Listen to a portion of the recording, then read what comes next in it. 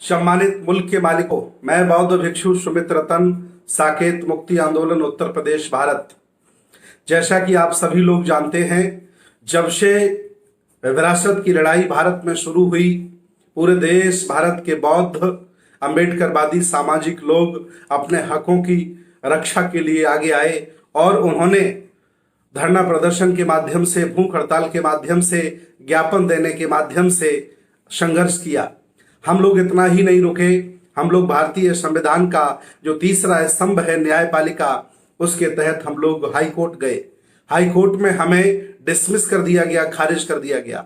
आज की वो तिथि है, आज सुप्रीम कोर्ट में दो याचिकाएं हमारी सुनवाई पर लगी थी।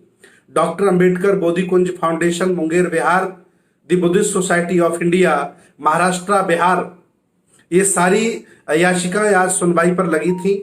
आज सुप्रीम कोर्ट में हम लोग पहुंचे और सुप्रीम कोर्ट ने हमें सुना और सुनने के बाद सभी याचिकाकर्ताओं को बहुत लताड़ा, कहा कि जब जजमेंट सुप्रीम कोर्ट कर चुका है तो उसी मसले पर आप दोबारा याचिकाएं क्यों लगा रहे हैं। और उन्होंने प्रधानमंत्री को कोटेड करते हुए कहा कि प्रधानमंत्री कहते रहते हैं कि देश भारत को कमजोर करने के लिए, राम मंदिर ना बनने के लिए जिस तरह से विदेशी फंडिंग हो रही है, मुझे आशा ही नहीं बल्कि पूरा विश्वास है कि ये लोग भी विदेशी फंडिंग जुटा रहे हैं, इसलिए बार बार याचिकाएं कर रहे हैं। हमारे दोनों याचिकाकर्ताओं को बहुत फटकारा और बहुत उनको बुरा भला कहा।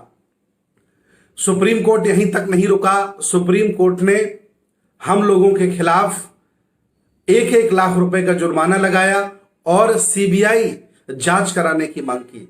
पता किया जाए कि लोगों को विदेशी फंड कितना मिला है। विचार करिए भारत के लोगों, भारत के समतावादी, मानवतावादी, बुद्धवादी, अंबेडकरवादी, विचार करिए कि भारतीय संविधान का तीसरा स्तंभ होता है न्यायपालिका, और न्यायपालिका एविडेंस नहीं देख रहा है, अवशेष नहीं देख रहा है, कार्बन रेटिंग नहीं करा रहा है, हिस्ट्री का कोई ज्ञान नहीं, उसे साहित्य नहीं पढ़ रहा है और मनमाने तरीके से हम लोगों के हकों को, हमारे अधिकारों को, हमारे मान सम्मान को कुचल रहा है। मुझे अब हाई कोर्ट पर और सुप्रीम कोर्ट पर विश्वास नहीं रहा।